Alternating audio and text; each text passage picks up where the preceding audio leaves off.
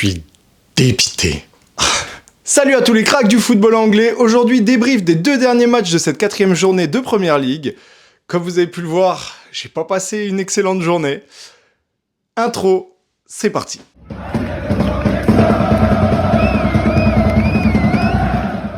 Pensez à liker, à commenter, à vous abonner. Si vous souhaitez plus de contenu sur la Premier League ou tout simplement me soutenir, ça me donne énormément de force. On va discuter des 2 matchs de la journée, c'est parti. Donc on va commencer avec le match Burnley face à Liverpool. Un match soporifique, défense assez basse de Burnley, une attaque-défense pendant tout le long du match. Je crois qu'on est à plus de 83 ou 84% de possession pour Liverpool. Donc ça a été vraiment, voilà, le Burnley a déposé le bus, Liverpool n'a pas vraiment provoqué de nombreuses occasions, c'était quand même assez soporifique comme match, ça tournait autour du bloc, ils n'ont pas réussi à trouver les espaces et tout simplement les combinaisons dans le petit espace que laissait Burnley. Vraiment, en tout cas, de leur côté, Burnley ont été excellents, ils ont vraiment fait un super match défensivement, présent sur chaque ballon, à chaque fois qu'il y avait une approximation de la part de Liverpool, ils bondissaient et dégageaient. Donc en tout cas, le match de Burnley, je l'ai trouvé très bon. Là où le bas blesse, c'est plus du côté de Liverpool. Vraiment, Liverpool, c'était d'un ennui. On voit depuis le début de la saison qu'ils ont du mal.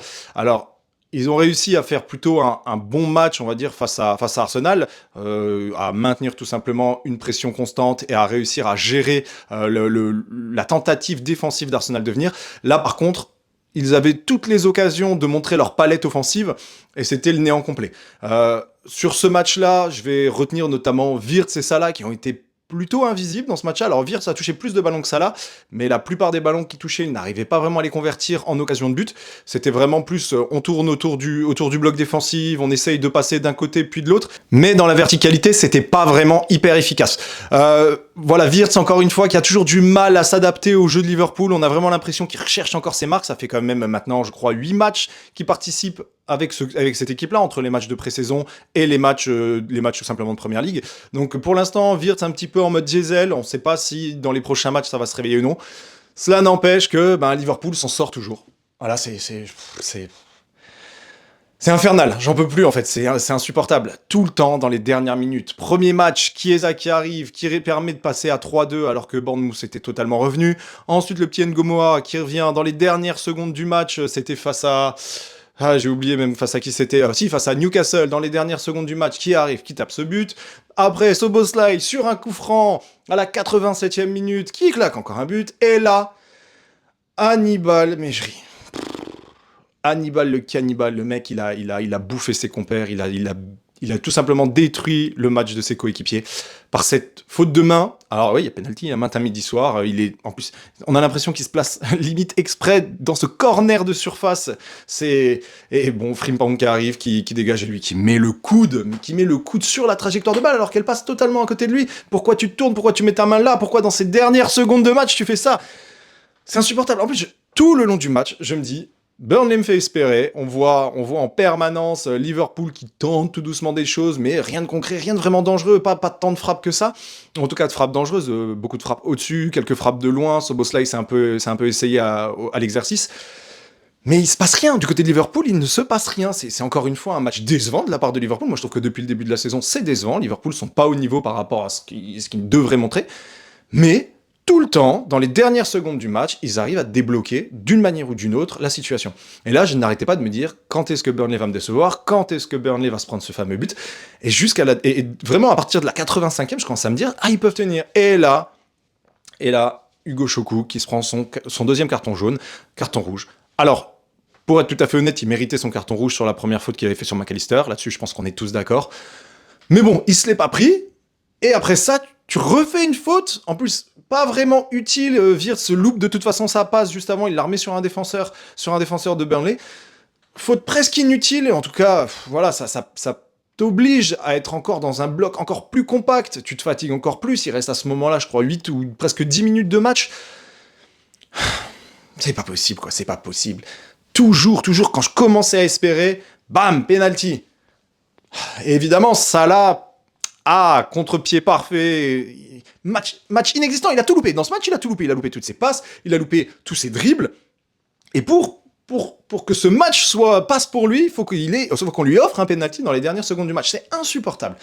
C'est insupportable. Et en fait, ça m'a tellement saoulé que le match d'après, donc le derby de Manchester, J'étais pas dedans, franchement, pendant les 30 premières minutes, j'étais encore sur ce match de Liverpool, j'en pouvais plus, quoi. C'est insupportable. Je me disais vraiment, mais comment ils font tout le temps? Tout le temps.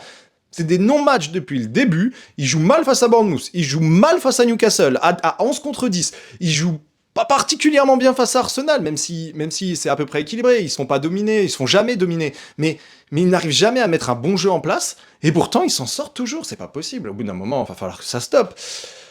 Donc voilà. Débité. Pour ce qui est du gros match de cette journée, Manchester City face à Manchester United, le derby de Manchester, 194e quand même déjà, c'est assez impressionnant. Victoire de Manchester City, 3-0. Si on en revient à mes pronostics du début du week-end, enfin de vendredi, j'avais déjà tout juste sur mon week-end. Hein. Arsenal 3-0, j'avais dit 3-0, ça c'est bon. J'avais dit une victoire 4-1 de Liverpool, bon ça s'est finalement conclu sur un 1-0, mais victoire de Liverpool. Et j'avais dit quelque chose comme 2-1 pour Manchester City, victoire de Manchester City.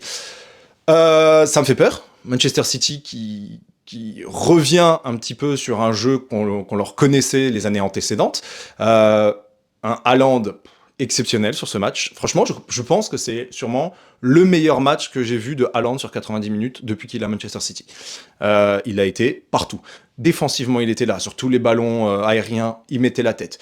Il n'a pas arrêté dès le début du match de faire des contrôles orientés, de faire des appels en profondeur, de dribbler son vis-à-vis. Franchement, c'était hyper impressionnant, il était sur tous les ballons. Jeremy Doku, excellent match également. Voilà, pour une fois qu'il commence titulaire. Il a quand même souvent tendance à revenir depuis le banc. Et là, il a sorti un super match. Déjà, le dribble qu'il fait dans la surface, où il élimine 2 joueurs et en 2 touches. Alors oui, c'est toujours le problème de Doku, c'est qu'il a toujours du mal dans le dernier geste à être efficace. Là, il loupe son premier centre, ça lui revient dans les pieds, il peut en faire un deuxième sur une tête de Foden. Foden aussi, très bon match, qu'on ne voyait plus depuis la saison dernière. Il était complètement en deçà de son niveau habituel ou du niveau qu'il avait pu montrer en Première Ligue les années précédentes.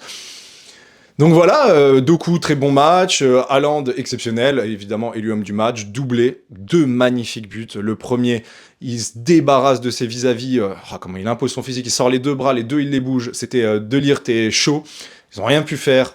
En profondeur, petit ballon piqué, c'était exactement ce qu'il fallait faire. Bayindir, en soi, ne pouvait pas faire grand-chose sur ce but-là. Et le deuxième de Haaland, enroulé, alors il ouvre son pied, on sait ce qu'il va faire. Ça, il n'y a pas de doute, on sait ce qu'il va faire.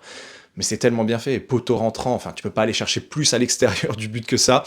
Là-dessus, Bayindir, encore une fois, il peut pas faire grand-chose, peut-être sortir un peu plus vite, mais c'est compliqué, quoi. On sait qu'Haaland, il peut tirer d'un peu partout, donc très très très bon match de sa part. Rodri qui commence à reprendre de plus en plus de minutes, qui sort à peu près à la 75e minute. Il a l'air quand même assez exténué, mais il commence à reprendre du rythme. Très bonne défense, retour de Gvardiol avec Diaz, ça fonctionne super bien. O'Reilly, je l'ai trouvé plutôt bon sur ce match-là. Quand je repense un petit peu au match de City, je vois presque que du positif. À la limite, il y avait Bernardo Silva que j'ai trouvé un petit peu en dessous de son niveau, enfin du niveau qu'il peut avoir depuis ce début de saison.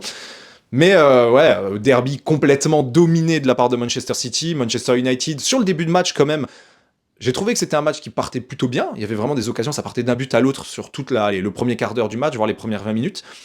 Mais dès le but de Foden, City a posé le pied sur le ballon, a commencé à mettre en place son jeu de possession qu'on connaît si bien. Et j'ai vraiment revu, par contre, à la différence du début de saison, j'ai vraiment revu le City d'il y a 2 ans. Dominateur, efficace, ça trouvait en permanence Haaland dans la profondeur. Vraiment, Haaland, mais quel match wow, c'était impressionnant. Il a vraiment fait, en fait, tout bien. Il était au four et au moulin. Franchement, tous les appels qu'il faisait, il pesait sur la défense. On sentait qu'en fait, la défense était effrayée par Haaland sur ce match-là. Et United qui retourne dans ses travers. Donc là, franchement, Amorim, ça commence à devenir très grave. Je crois que ça fait 32 matchs, 29 points, peut-être, ou ouais, ça doit être quelque chose comme ça, ou peut-être 31 points, parce qu'il a gagné la dernière fois, donc peut-être 31 ou 32 points. Mais c'est une catastrophe du côté de United, ça continue, c'est 3 défaites en 4 matchs, seulement une victoire face à Burnley, là c'est la semaine dernière. Donc United, il va falloir absolument se remettre en jambes très rapidement, sinon déjà Amorim ne passe pas l'hiver, voilà, on se le dit, hein, à mon avis il part avant novembre si ça continue comme ça. Mais voilà, c'était très beau match de City, dominateur, juste avant le match face à Arsenal, ça m'arrange pas. Un Liverpool, encore une fois, au forceps, qui s'en sort toujours. Ils s'en sortent toujours. Salah. Fatigue ce mec. Allez.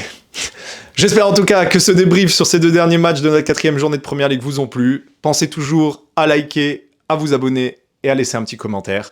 Sur ce, salut mes cracks.